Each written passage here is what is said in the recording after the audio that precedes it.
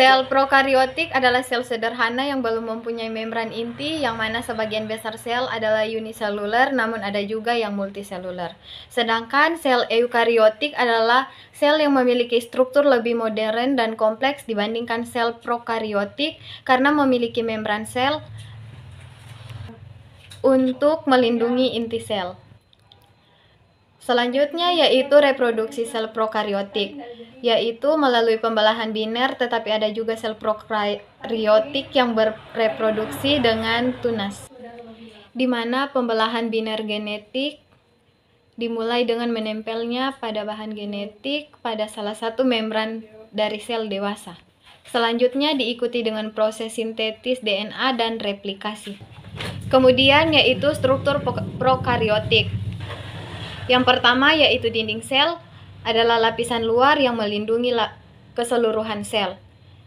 Kemudian membran sel, yang merupakan salah satu sel terluar setelah dinding sel yang berupa lapisan lendir. Selanjutnya yaitu sitoplasma adalah salah satu tempat berlangsungnya aktivitas prokariotik.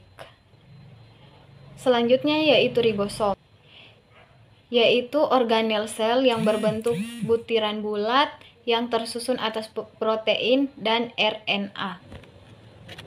Kemudian yaitu materi genetik adalah informasi yang menurunkan sifat yang akan diwariskan pada suatu organisme keturunannya. Kemudian poin keempat yaitu morfologi sel prokariotik. Biasanya memiliki diameter 0,5 sampai 5 mikrometer. Umumnya sel bakteri yang berbentuk bulat memiliki diameter sekitar 0,7 sampai 1,3 mikrometer. Sedangkan sel yang berbentuk batang lebarnya sekitar 0,2 sampai 2 mikrometer dan panjangnya 0,7 sampai 3,7 mikrometer.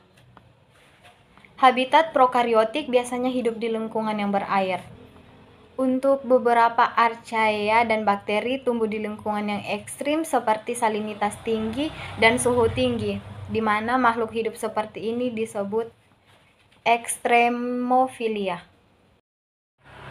Yang terakhir yaitu evolusi prokariotik yang telah diverifikasi besar-besaran dalam waktu lama.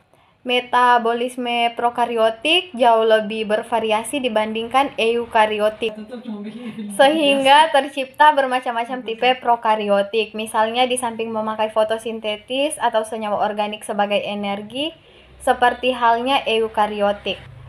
Prokariotik mendapat energi dari senyawa anorganik, sehingga membuat prokariota bisa bertahan di lingkungan yang sedingin permukaan salju Antartika dan sepanas lubang hidrotermal dasar laut dan sumber air panas.